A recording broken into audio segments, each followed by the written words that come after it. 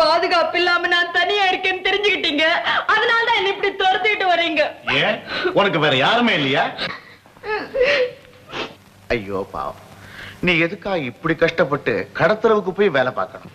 என் தலையெழுத்துக்கு வேற யாரு நொந்துக்கிறது?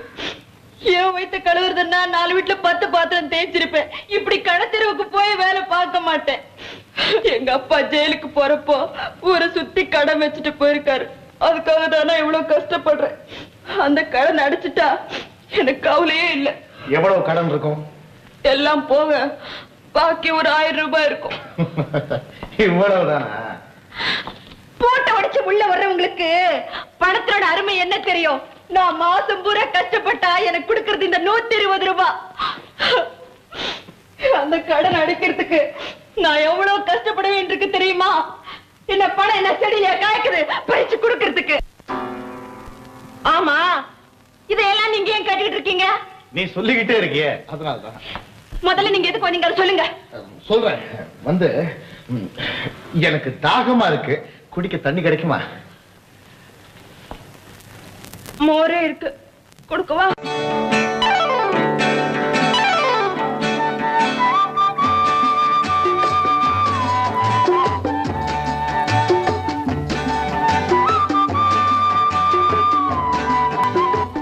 ஆசையா வளர்த்து கண்ணாடத்தை பண்ணி பார்க்க ஒரு தங்கச்சி பொண்ணு வேணும் இல்ல?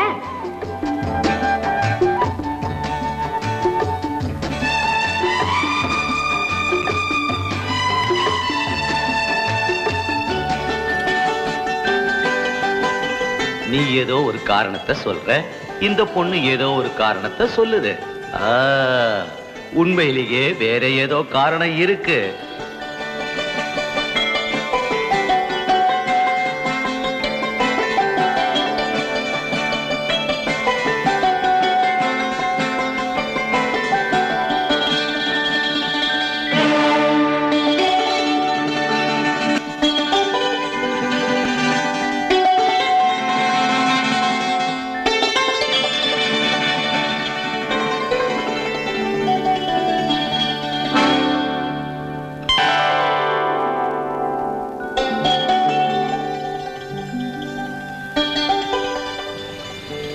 செடி காய்த்து விட்டது, கடனை அடைத்து விடு.